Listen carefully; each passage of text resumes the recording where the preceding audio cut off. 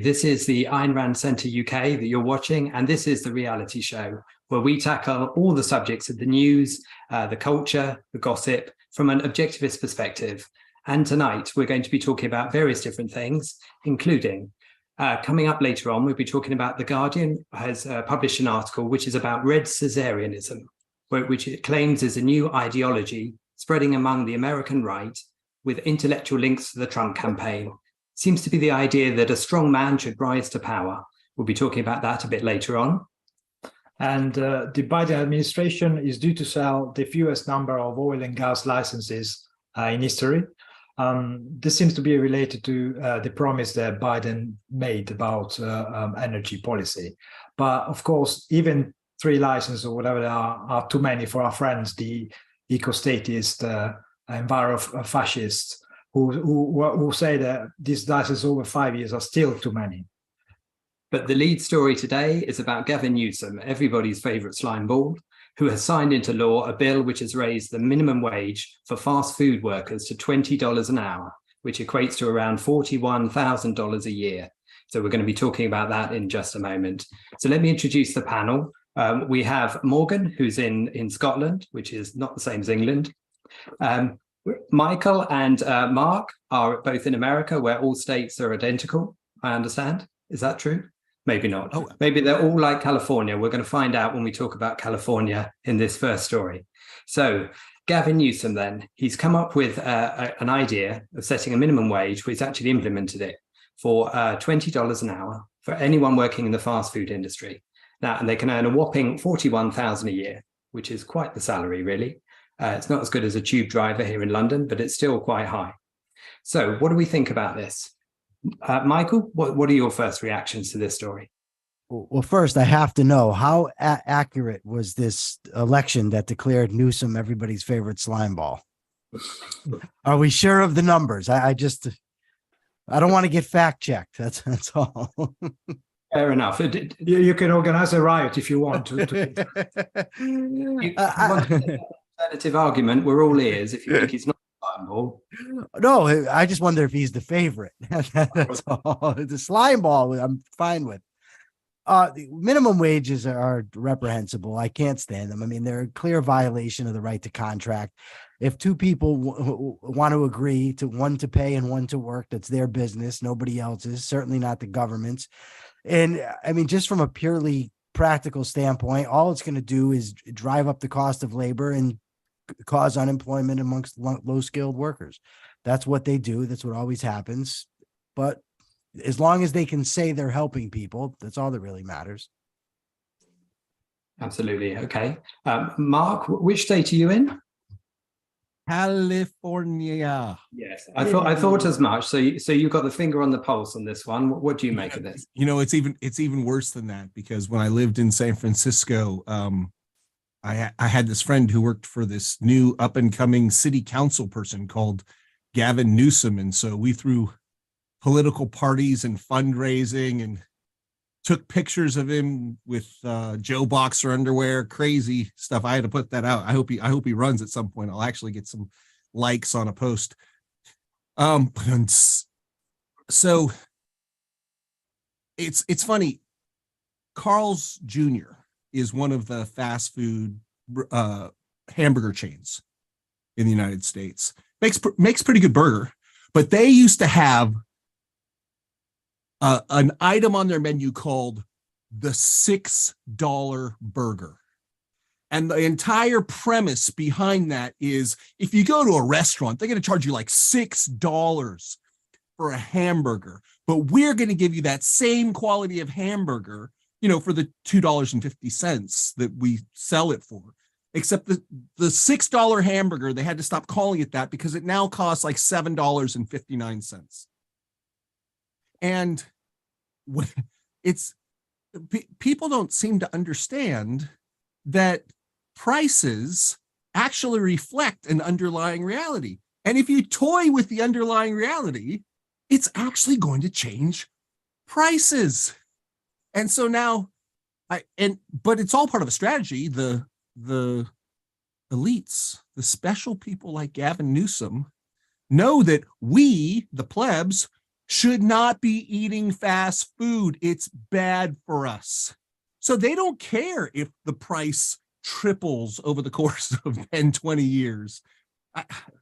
I love burgers. I am American. Just, oh gosh, a good juicy burger. And I used to go to fast food restaurants all the time, but now it's too expensive to go to fast food.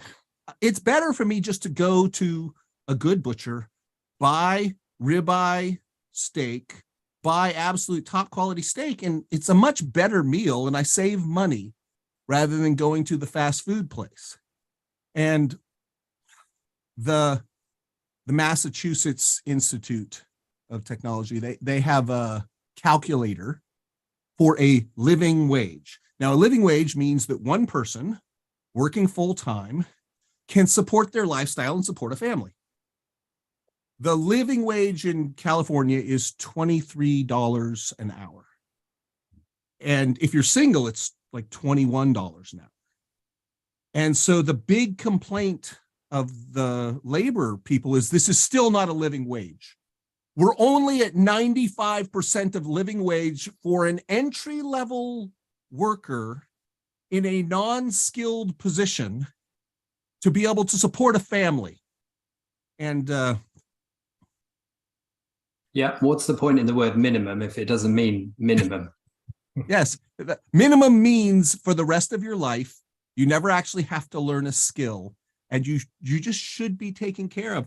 And the fact that the people who used to be able to buy food there can't buy food there anymore. The fact that stores are closing all around the areas because the population they used to serve can't afford the new prices. So the stores close, so the restaurants close, and you end up with food deserts for those, poor people. Oh my gosh, we have to take care of the food deserts. So what we're going to do is just raise the prices of everything so that they can't afford it's. Yeah, absolutely. Yeah, it's delicious for those who can afford it.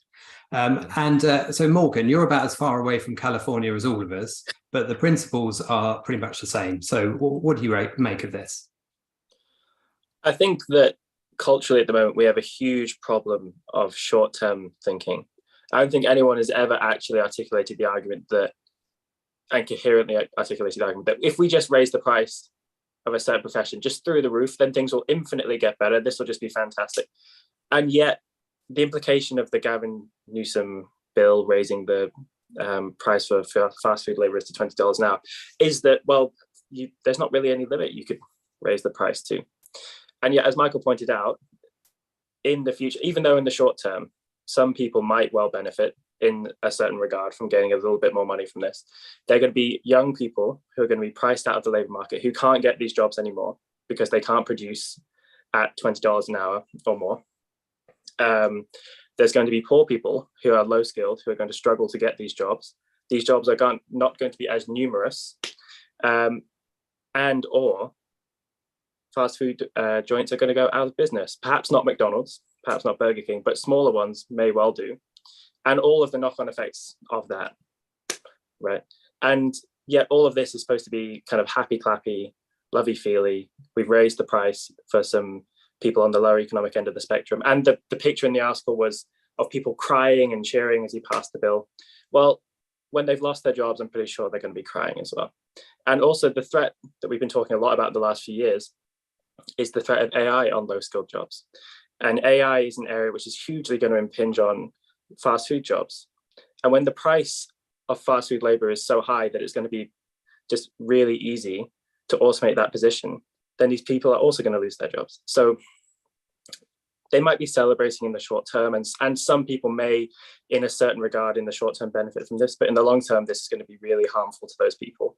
And I think that's the way it needs to be articulated, that actually these are people who aren't thinking, and these are people who are harming the people they're supposedly trying to help. And so that's my thoughts on it. Definitely, yeah. Meanwhile, we have a super chat from Jonathan. Thank you very much. It's typical cosmopolitan class of entitled imperialists, isn't it? These Californians. It's like Why only $20 an hour? I mean, how are the people supposed to have a nice, decent meal at the French Laundry? I mean, what the hell, people? Well, make it a round number, 100 an hour, and then see how these guys cheer when the new machines come in and flip the burgers instead of them. That's insane. I mean, these guys haven't got a clue how the economy works, haven't got a clue of what the economy is, in fact. I mean, this disconnect between production and costs. I mean, what do you think the cost of something represents? A number that an entrepreneur picks out from the sky? No, it's the cost of producing something and having a margin on it. And if you go and artificially intervene and change the cost of the product, well, the price to the consumer will go up, and everybody gets a higher wage. But that only translates into higher rents and higher cost of living generally. So the differential is no longer there, is it? It's just, oh, good God. Yeah, seeing these pictures of people cheering and crying, I think of the poor guy who is low skilled, is a little on the poor end of the scale, but likes to eat burgers. Because is he high-fiving his friends? Is he cheering? Or is he crying because he can't have burgers anymore? Because that seems to be the case, really. I mean, all right, maybe Gavin Newsom is not slime ball of the year. We can debate that. You can give us your thoughts in the chat by all means on that score. But certainly, I think he's got one eye to electioneering, because if Grandpa Biden is going to fall off his perch, Gavin Newsom is apparently high up on the list of, I don't understand why, but high up on the list of possible candidates. So is he just trying to get a photo shoot with people cheering him? I don't know, maybe. I do know that if I ran a business that was doing a burger joint, and if I was paying my staff $20 an hour, I would have a bit of a problem on my hands, not least because if I got some really good staff, people that had worked for me for years and were really good, and I got some pretty mediocre average staff that were okay, I couldn't afford to pay the good guy more money than the others. I couldn't afford to incentivize everyone to work harder because I can only just afford to pay them all $20 an hour. So my actual productivity in my own business would go down, and that's if I could keep everybody on. So we have some super chats in, or at least Nick Artega, a member for 10 months. Nobody except for objectivists who opposes the fast food wage increase has the premise that it's not the government's role to set wages. Absolutely true. And Bonnie Bertrand, who's also been a member for 16 months in this case, says the biggest reason against this, it's forced. Isn't it just? Absolutely. So Gavin Newsom is an incredibly smart politician. And by that, I mean, it has been his intention to be president of the United States since he was a young man, and he has groomed his entire life towards that end. And, you know, his aunt is Nancy Pelosi. And so he's 100% steeped in the political culture. And he has read the winds and decided that this soft socialism is the ticket. And so I think that's why he's doing it. I think he's actually smart enough to recognize that it's going to create a whole set of problems. However, like many liberals. So here's another complaint about this bill. This bill is only for companies that have 60 or more restaurants. So in other words, this is for the larger chains who have franchises. So the franchisee might only have one restaurant, but the parent company has 60. And so what this does is, for a certain percentage of fast food workers, it raises their wage, but they're going to get competed against by the smaller companies. Now, the complaint is that that's unfair that the smaller companies have that advantage. And the complaint is that why is it only companies above 60 employees that have to use this new minimum wage? Sure, the average right now is almost $17 anyway for fast food in California. But so what we need to do is we need to impose these legislations on everyone. That way people can't compete. because competition means that the better person succeeds, and that leads to inequality. So what we want to do is eliminate competition so that we eliminate inequality. And the long-term effects of that are always pushed off on someone else. It's never the politicians who create the rule structure that generates the bad results that are punished, that are held to account. You know, as Thomas Sowell says, the thing is that people make decisions for which they don't pay the consequences. Other people pay the consequences. And when you set that up, you get this kind of system. And Gavin Newsom, I fully expect him to become president of the United States. I fully expect it. He's a genius. I mean, I think he's really smart. So he comes up with stupid legislation, and you pay for it when he becomes president. I'm glad to see that. But this is the thing: he doesn't pay for it. Yeah. I'm glad to see that even in America, you still fail upwards. Like here, you know, people screw up left, right, and center, but then they're rewarded with a nicer, cushy job. Politics isn't about creating results; it's about controlling the narrative, and he is good at that. Morgan, you're probably the youngest among us all. What do you make of? What do your contemporaries make of this kind of policy? When you talk to people your own age, are they sold on the idea that the higher a minimum wage, the better, or is there some nuance to understanding this issue? Well, I think it depends which young people you ask. So where I live in Edinburgh, one of the main high streets is called Princes Street. And usually about once a week, the Scottish Socialist Party decides they're going to banner the whole street, right? So they put up these huge flags, they stand there, and huge red banners which say the Scottish Socialist Party. And one of the banners that they alternate with says, for a minimum wage of £15 an hour, which is roughly $20 an hour, something like that. And the funny thing is that everyone hates talking to these guys, no matter what age they are. They really want to avoid them like the plague, because like the idea that they're going to stop you and you're going to talk to them, just like, oh, it's like a really good way to ruin your day. So I think everyone kind of knows there's something kind of irritating about that kind of policy, but at the same time, they don't really have a principled reason, you know, why not just raise the minimum wage. So I recently been working in the hospitality industry, not anymore, thank God, moved on. But I think pretty much all of my colleagues would have celebrated their wage being raised. And there actually was a minimum wage raised in the hospitality to, I think it's about £10, 60 pence an hour. I think that's probably around $15. And no one kind of questioned what the long-term effects of this are going to be. What is it just to that, and so on and so forth.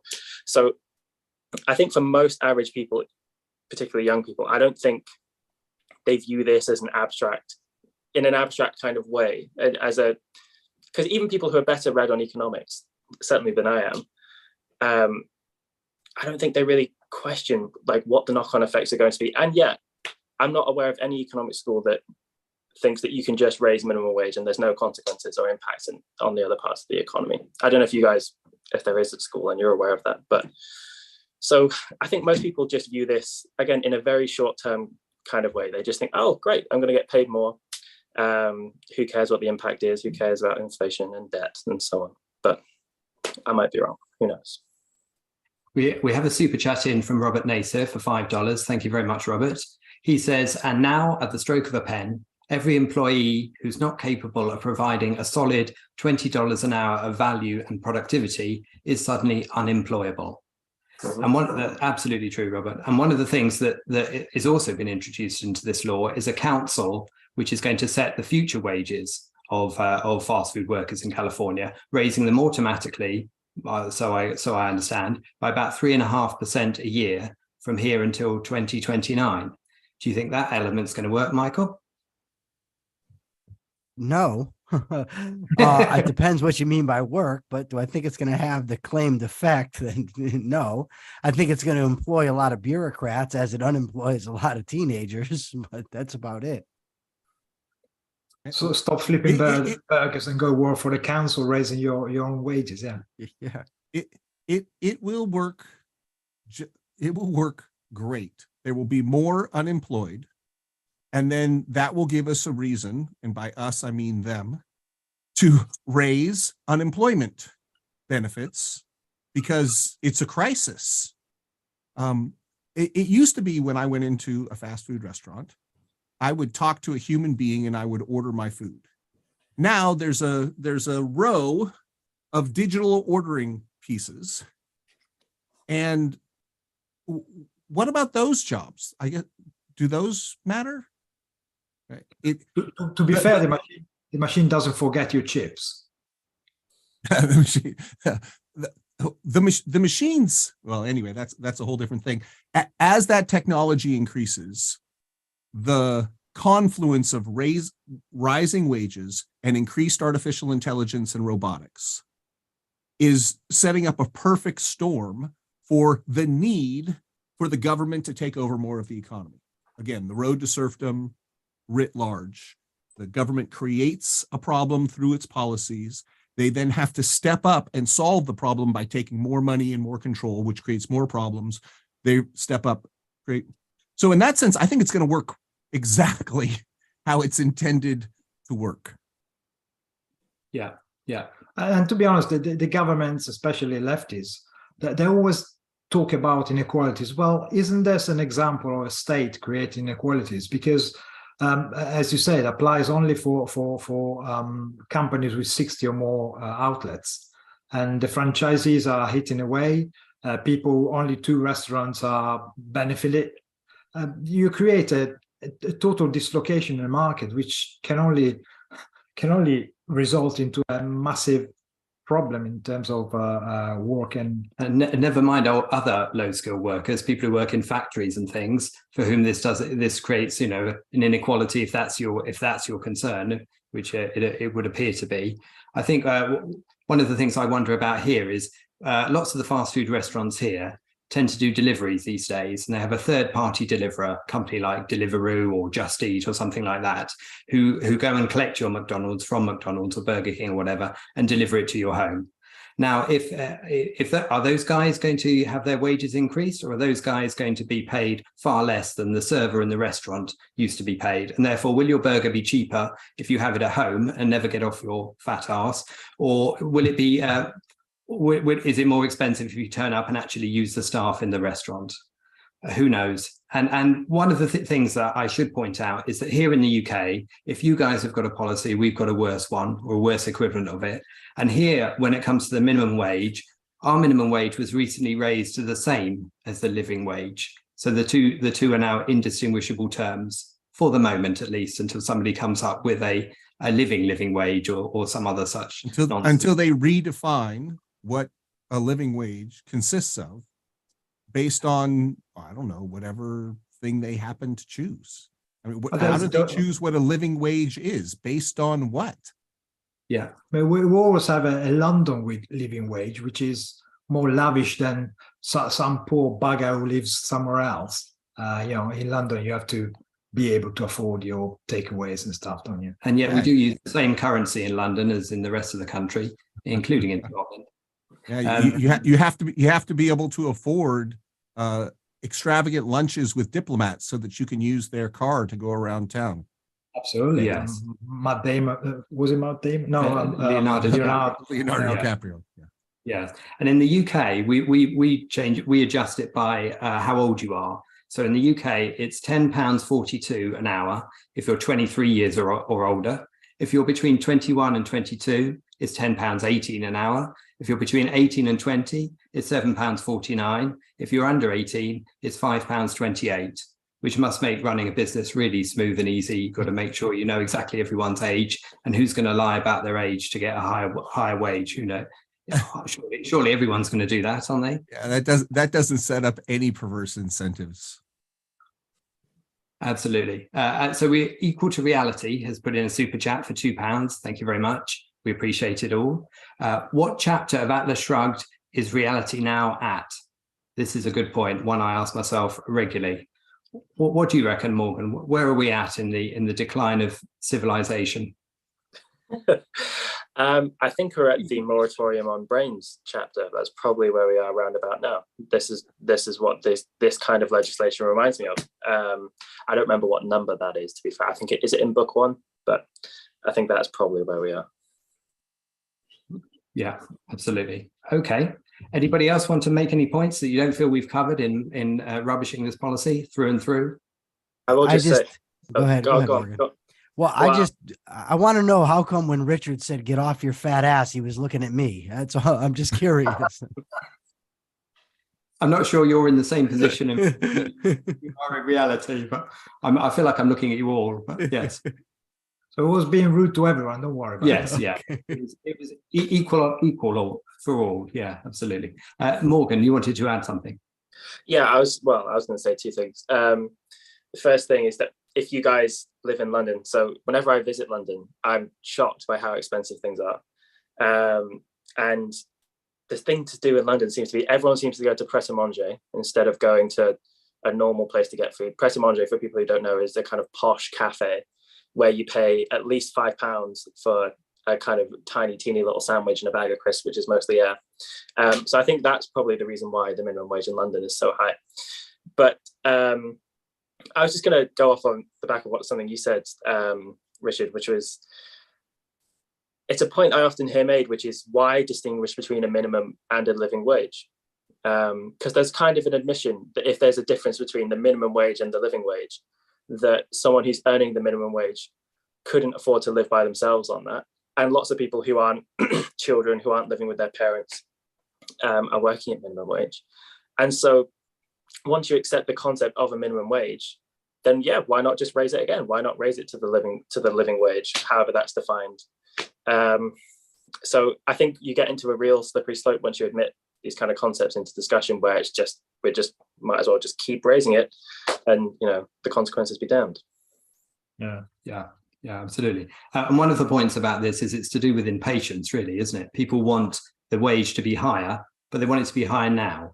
Not higher because of more efficiency in the business, because of harder workers, because of developments in the economy or the particular industry you're in, but just automatically get the results without the cause, the effects without the cause, as if you can shortcut that when the amount we all produce is defined by the effort and the productivity and efficiency of the economy generally. You can't invent more money to make it work faster. Okay, so thank you very much, guys. We'll move to the second topic of today, which is all about red Caesarism. Now, this is an article from The Guardian, which has become our favorite newspaper to ridicule. The Guardian has published an article called Red Caesarism. Now, this is a claim. I don't know how widespread a claim it is, because this seems a bit fantasy land to me, but it's a claim that this new ideology is spreading among the American right, with intellectual links to the Trump campaign. It seems to be the idea that a strong man needs to rise to power and will restore order through extra constitutional rule. So do you buy any of this? Let me go to Mark first on this one. Do you buy any of this as either a concept, a threat, or a scary reality? What do you make of it? Do I believe that idiots exist? Yes. As a matter of fact, I do. On the right and the left. Surprise, surprise. And so do I believe that people are actually saying this? Yes. Do I think that it's widespread? No. Do I believe that it's spreading throughout the Republican Party? Absolutely not. I happen to know a lot of Trump supporters because I like people who break rules, and I love the MAGA hat, right? Just because it gets so many people upset for irrational reasons. I just think that that's a wonderful thing. And so none of them think that he should be a dictator. None of them think he's actually going to be the president and follow the rules of the presidency. Nobody wants anything else. Nobody expects anything else. So it's obviously a very radical fringe of some radical groups that declare themselves to be Republican that are pushing this idea. The part that's surprising to me, or not surprising, but dismaying to me, is that people seem to think that Trump is claiming to, like, I'm going to break the Constitution, I'm going to change the rules, I'm going to unilaterally change things. He got in power for 4 years. He did none of those things. He did none of those things. Obama was worse than him. Biden has been worse than him in terms of abuses of presidential power, in terms of policies that are in contradiction to the Constitution. But people say, oh, Trump is the danger, but Biden is not a danger. And it's that level of thinking that I think has given us the country that we have. They say, you know, you get the government that you deserve. Can I just ask a question as a totally out of the picture guy? What the hell is the intellectual link to Trump? Because I haven't seen any intellectual anything linked to the one of yeah, exactly. Well, so to say Trump and intellectual in the same sentence is sometimes tricky. But so one of his advisors, you know, he only has maybe 1,000 advisors. Anyone who has at all given him advice at some point is an advisor. So one of those people, a random person, is associated with this Claremont Institute that put out this report. So one of the people who is connected to Trump in some tenuous way is part of the group that's suggesting this possibility. And so that's the intellectual links. Now, many of the sources of the original article said that he was a defense secretary advisor, right? So they raised his importance to absolute height. And now there's a little, sub point on all of the articles that were originally published saying, oh yeah, he was just an advisor, not one of his main advisors. But yeah. Yeah, no, absolutely. It seems to me reading this, The Guardian has finally discovered that there are crazy academics. It just thinks that all the crazy academics are only on the right. And that we all know there's plenty of crazy academics, mostly in California, who are on the left. But The Guardian has been, ever since the election of Biden, has been laughing and pointing at Donald Trump and using other gestures with the right hand. But now that Trump is ahead in the polls, it seems like The Guardian is suddenly scared of the prospect again and is therefore coming up with all of these theories as to why he would be the next Hitler in waiting or some such nonsense. How do you respond to this, Michael? What do you think of this idea of red Caesarism? I'm going to respond very differently because I think it's a very real dynamic. I don't think that you have your average Trump supporter running around saying red Caesarism, we need a Caesar in office, but I don't think you have to. There's an interesting analogy to me. When I point out to those on the right that there's no way in hell that elementary schools are teaching critical race theory to kids, they say, no, but they're teaching concepts that are derived from criminal race theory or similar to it. And I think that this is a similar thing. I've heard many Trump supporters say, for instance, we have to start picking up and doing what the left has always done. We can't keep playing fair. We have to fight dirty. We have to do what they've done. They also support Trump. Like he said, he could shoot somebody on Fifth Avenue and they would still support him. The idea that Obama and Biden have violated the Constitution more than Trump, I think is wrong. I think they all violated. I don't know how you would compare. But I know that Trump, in an open meeting that was filmed, said that in relation to mentally ill people, that we should take their guns and then give them due process. I know he's refused to cut entitlements. I know that he drove the debt up incredibly. He's for paid family leave. He's for tariffs. That's constitutional, but it's certainly not a liberty-based thing. He's talked about locking up his political enemies. He thinks that his attorney general should defend him like Roy Cohn defended Joe McCarthy. So to me, this is a very real thing. And the big difference to me, I think left and right are equally dangerous and equally violent of the Constitution. The difference with Trump is it surrounds him. So whereas if you're on the left, and for instance, in the other article we're going to examine where it relates to leases of government lands, the far left is upset with Biden and they criticize Biden for straying from what they want to do. If Trump does that, the people that support him don't stray at all. They'll follow him till the moon. I mean, there's been studies that show that people who think that wokeism is a real problem favor Trump over DeSantis. People that think that wokeism is way overblown favor Trump over DeSantis, because it's about him and not about ideology. And they trust him for whatever reason to be this red Caesar, which I think is kind of a, highfalutin term, but whatever. So can I ask you, Michael, do Sure. you see a second Trump presidency as being fundamentally different to the first Trump presidency?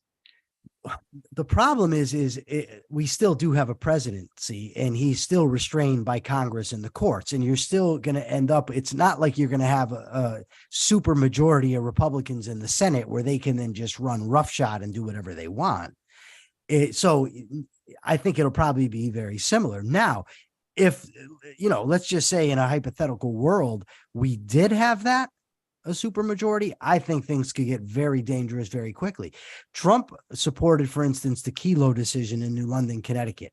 That rule that applied eminent domain, which in my view is totally unjust anyway, but eminent domain in the Constitution says that private lands can be taken for public use as long as the private entities are reimbursed or given just constitution. The Kelo decision says that private lands can be taken for private use, as long as there's a public benefit to it. And Trump supported that up until at least the 2016 debates. And I've seen nothing that would say he'd sway from that. Right. Okay. So Morgan, let me come to you next. We're seeing a slight difference in opinion here. I think none of us would particularly want to put our cross next to Trump or Biden or indeed Gavin Newsom. But let me not drag that up again. Morgan, what do you think? Which way do you lean? In terms, just on the topic of The Guardian, yeah, for sure, they're probably dragging this up just to make points, and no matter what's true. But as for the real phenomena, I don't think the average Trump supporter would support this idea. And the article is talking about this idea of red Caesar as coming from the fringes of the right. I think there's something about the idea of advocating for a Caesar in the way that this kind of idea is, that's too malicious, too openly about subverting the kind of constitutional process of the state, that it isn't feasible to me that the average Trump supporter could believe that. However, something that stuck out to me in the article, or made me think of, was of Rand's essay for The New Intellectual, where she makes the distinction between Attila and the witch doctor. And the idea of the Attila is this kind of idea of the strongman, of a kind of brute who rules through force. And she ties the rule of the Attila kind of archetype to an anti-reason culture, to the anti-conceptual mentality, or to a kind of broad kind of mysticism, which the witch doctor is providing them. And those are things which are strongly linked to tribalistic thinking, I think. I think that's the correct way to understand Rand's perspective. And if we look at our culture today, what we do have is a strong spread of tribalistic thinking. And therefore, what you do get is a kind of desire for a strongman type. Now, I think it's too blatantly malicious, this idea of red Caesarism, to be widespread amongst the kind of common Republican or the common Trump voter. But I think broadly, you do get this inclination for kind of wanting to get things done and to have a guy who's going to get through all the red tape and all that kind of stuff. So I do find it a plausible threat. And as an example of this, I've kind of mentioned it, was people at the Daily Wire, who I don't think are on the fringe of the right. I think they're very much kind of representative of the mainstream kind of right-wing opinion in the US, do often talk about a kind of longing for a charismatic leader, someone who can kind of step forward and unite people on the right. I mean, that's a loaded phrase, unite the right, but you know what I mean? Kind of be a kind of figurehead. So I do think this kind of thing is a concern. And I think the broader issue there is tribalistic thinking, and that is what leads to desire for a strongman. So I think in that sense, yeah, I think this kind of thing is a real concern. Yeah, I always think on the issue of the charismatic leader that, if you're looking for somebody with a winning smile and a cheeky wink, and that's your aim, you're confusing politics with publicity, with advertising. And ultimately, the same applies to politics as advertising. If your product is crap, no good advertising is going to sell it. And that's equally true with politics. If there are no coherent principles and policies related to those principles underneath what the charismatic leader is selling, then the charismatic leader is not the issue. It's the policies and principles in the first place. But we have a super chat just come in from Wyatt516. Thank you very much, Wyatt. We appreciate that. This is for $2. This opens up a can of worms, which I'm happy to tear the lid off. If only Trump or Newsom could win, which would you pick? So I guess we need to go around the shop and answer this one. Mark, who would you pick? Well, I will get to that.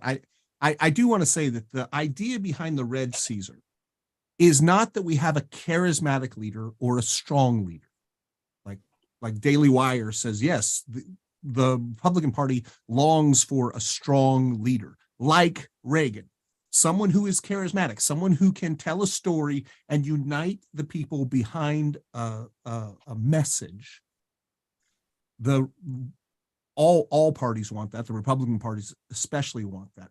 But that's not what Red Caesar is about. Red Caesar is about changing the nature of government to take away the power of Congress so that we have a dictator. That's what the actual proposal is. It is completely revolutionary. It is not, let's leverage the existing systems towards a particular end. It is, let's change the system completely. So again, I say that it's an absolute fringe position. And Donald Trump's ability to persuade people and his lousy policy decisions are a completely different beast, I say. Now, between the two, it's tough because I loathe Trump. I loathe almost everything about him. And from a policy perspective, what he did, there were half absolutely horrible policies and half pretty good policies, given the incremental nature of politics. Like, did he make any major shifts in terms of creating a better liberty movement? No. Did he do some things that were more fiscally conservative? Yes. Is that a good thing? Yes. I would much rather have Gavin Newsom as a president from a personality perspective. I think he would restore some dignity to the office in a way that Biden certainly has not. I think that he would provoke a lot of really interesting conversations, but I think the policies he creates, the policies that he could successfully bring through, would lead us faster towards disaster than Trump. And so from a practical perspective, I would rather have Trump than Newsom. Okay. Morgan, do you concur with that, sir? You know what?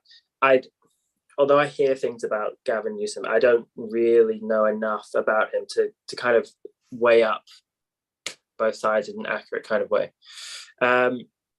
What I'll just say broadly about them is when I was at school, we did 4 years of Nazi history. I know it's a bit gauche to bring up the Nazis, but I think it's relevant. And maybe that's a bit unusual, but we really kind of studied the period in like great detail.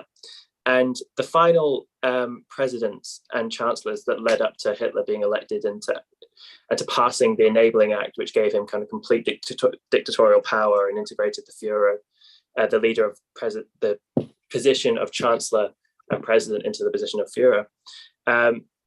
What was very evident was that Hindenburg, as president, started ruling by presidential decree, with his chancellors working with him to propose the laws just to pass things by presidential decree. And what should I think be concerning in the US is that with Biden and with Trump and with Obama, what you're seeing is a huge increase in the use, at least as I understand it, of presidential decrees to pass laws. One of the things that I feel quite pleased about, at least with the UK system, with all of its flaws and the monarchy and all this terrible stuff, is that we don't really have an equivalent way to pass laws. Technically, I think the Privy Council can do that kind of thing, but they haven't for 150 years. And so in reality, they can't really do it. I think that should be a real concern. And so whoever it is who assumes office, whether it were Newsom or Trump or Biden again, let's say, if they continue to do this kind of thing, I think we should be greatly concerned that whether they are the dictatorial type or whether it's someone else down the line, they're setting up the circumstances and conditions that could make a Caesar type possible. So if I had to fall down on one side or the other, I would echo Mark's comments that I really loathe Trump. I think he's really, really bad.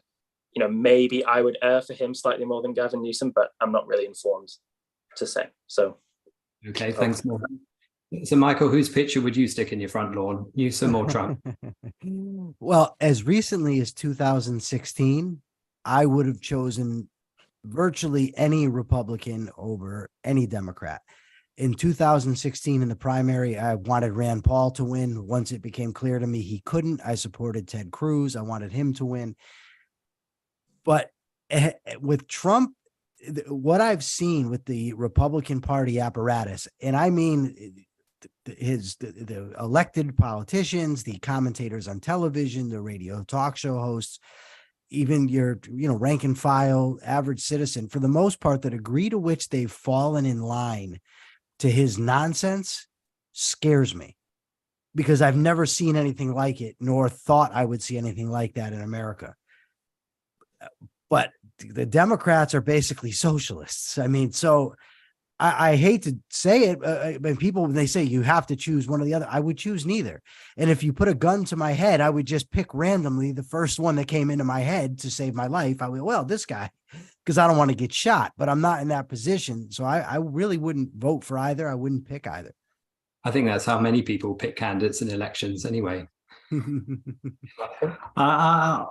I kind of looked at this article slightly differently. First of all, because it's in The Guardian, so in itself, warrants more attention and, double reading between the lines. To be honest, that the right wing in the United States favors a strong man is nothing new. We've seen in the 30s when Ford and Lindbergh were actually publicly admiring Hitler. So that's nothing unheard of.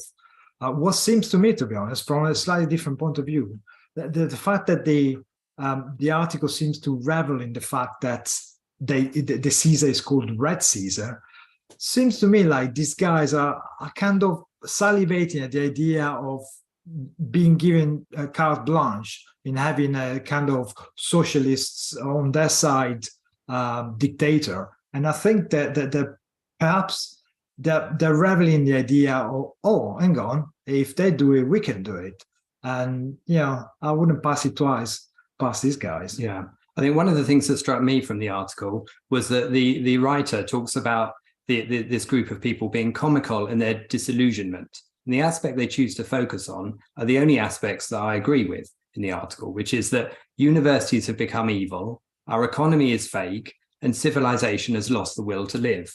All of which you could argue are valid statements. Certainly, if you're looking at it through the equal to realities, where are we on the Atlas Shrugged road to hell? Because all of those could be deemed as true, but the solution is not what is proposed either by this article or feared by some of the writers in the universities themselves. But we should probably move on to our... sorry, before you do that, sure. I mean, if you're one of the people out there who feel that life is not worth living anymore, read Atlas Shrugged, read Ayn Rand. It doesn't take them much to actually realize how good stuff is out there, and just read a nice novel, and at the end of it, your life would be much, much better. Yeah, absolutely. Yeah, I'm sure Robert Naser, who's also in the super chat, would attest to that. It looks like he's going to stick in his front lawn a picture of Michael Liebowitz, because he's put Liebowitz 2024 with his £2 super chat. Thank you very much, Robert.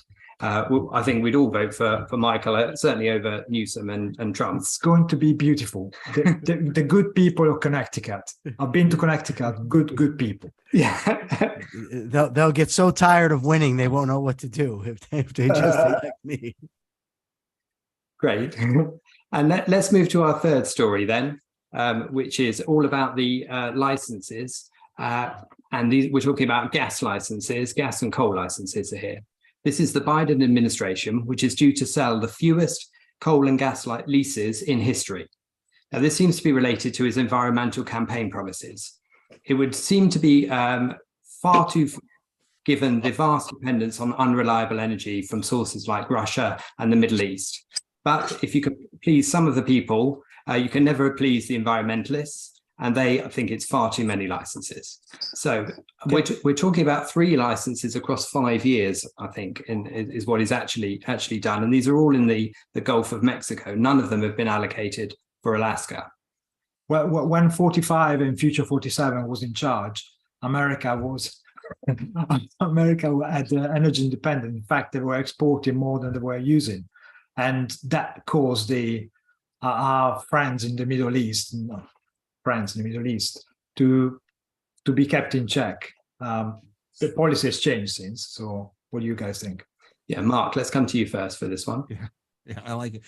Our friends in the Middle East, it reminds me, like in the Senate, we say my honorable colleague on the other side. Yeah. So again, news is what's new. Biden has actually approved a lot of leases on federal lands and allowed a lot of leases of oil throughout the country. We're talking about the Gulf of Mexico. Mm-hmm. And so yes, it's sad and it is problematic. The fact that he shut down Alaska, basically said, no, we're not going to do the leases in Alaska, is partially a problem, but it was hard to get people to buy the leases up there because it's very difficult to do the work up there. But it's this federal versus state situation where the federal government is telling Alaska what they can do with their land and what they can't do with their land. And it's completely unfair to Alaska, and Alaska, a lot of their money comes from that. So you could say that's bad. The interesting thing, this prompted me to do some research on Deepwater Horizon. I don't know if you guys remember, 10, 12 years ago, biggest oil spill in history, 134 million gallons of oil, right? And what happened because of that? Well, they did settle for $20 billion in damages, or $21 billion in damages. And so they're using that to go back and rebuild the environment. But several thousand sea creatures, sea mammals, died because of the process. But when you actually look at the populations of the endangered species and the species in the Gulf, the biggest oil spill in human history, right? Didn't destroy the area. And I think that there's something to learn from that in terms of it's of course intelligent and prudent to make sure that we're not despoiling the environment because we live in it, right? And there's a thing, if we have oil spills, it's going to end the planet. And that's part of the environmentalist piece. So it raises a bunch of questions for me. It's sad from my perspective that we will buy oil from our friends in the Middle East, but create a market that supports our stated enemies or our political enemies, but we won't actually create our own oil. It's okay if we buy it, but we can't create it. And the disconnect there is just that's the main thing that comes from this. It's just how ridiculous this entire process is, as if by not doing oil leases, we're actually going to make a dent in the global warming problem. If you haven't checked out Alex Epstein's new book, Fossil Future, or Moral Case for Fossil Fuel, and you care about this, you must. But this global warming problem, what we're doing isn't going to stop it. All it's going to do is penalize the United States and our economy. Yeah, and that's the thing that's so infuriating about it. And all these things, we're certainly copying you here for spending money abroad buying buying stuff we could be fracking and drawing out of the ground here in the UK. We're definitely on the same road for that. Sorry, when you raised the point about the Deepwater Horizon, I remember the time that there was this big spill. I think Obama was in charge at the time, wasn't it? And they were ready to use it as a case against oil extraction, but then overnight the thing just dissolved and dispersed in the ocean, and they all pillaged, just disappeared, and they suddenly were left without.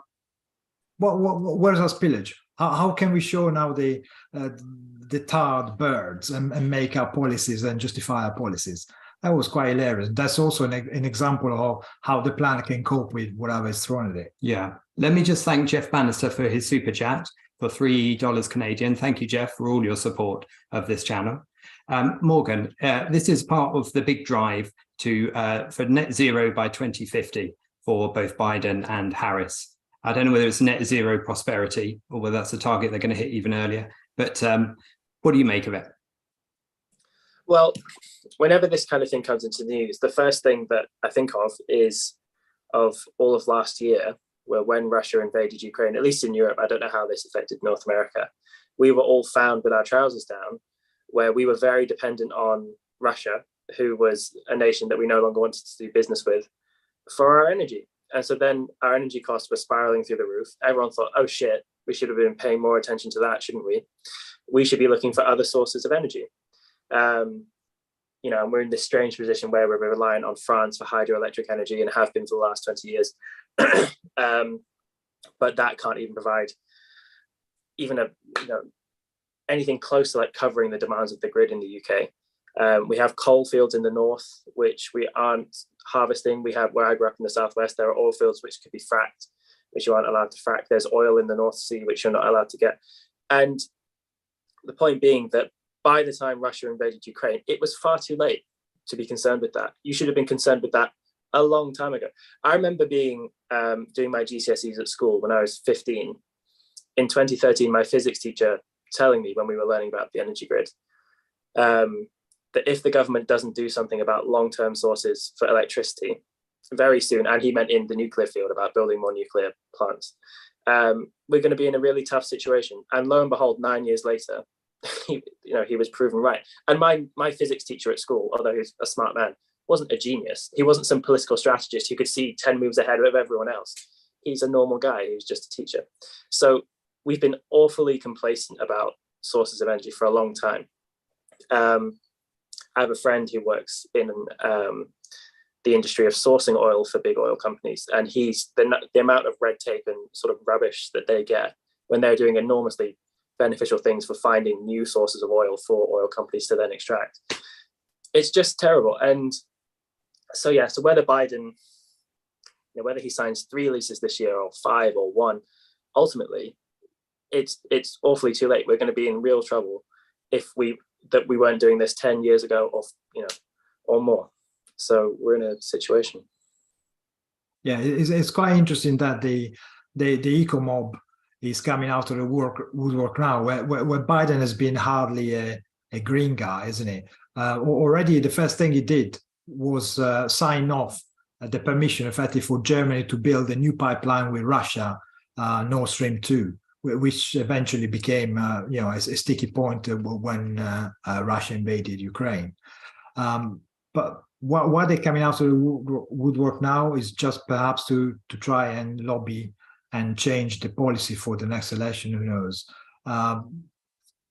Things doesn't deny the fact that they are anti-progress, anti-human, anti-richness, anti-progress. Absolutely, they're a bunch of cave dwellers who like everybody to live in the same caves as them. Yeah. Well, Michael, we've made you wait on this one, but what's your contribution? What do you reckon to this story? I am just at a loss to understand why everybody in Great Britain had their trousers down prior to the Russian invasion of Ukraine. I know it's kind of weird, but whatever. I guess so. We don't do that over here, but hey, I just, to me, a bigger concern, I think it's concerning the energy problem and all that. But to me, even more concerning is the fact that the federal government owns so much land. if I had my druthers, the federal government would be selling off every bit of federally owned land as quickly as possible. Yeah, thank you. Thank you very much. And thank you much, everyone, for the panel today. We've had some great conversations. It's been really fun and informative. And if you like this content that we're making here on the Ayn Rand Centre UK, then please like, subscribe, share it, and also become a member. Check out down below to see all the perks that you can get for the various levels of membership. And until tomorrow, when we do this all again, as we do every day of the week for the Daily Objective and this show, the reality show, thank you very much. And we'll see you all soon. Cheers. Thank you, guys. Bye. Bye.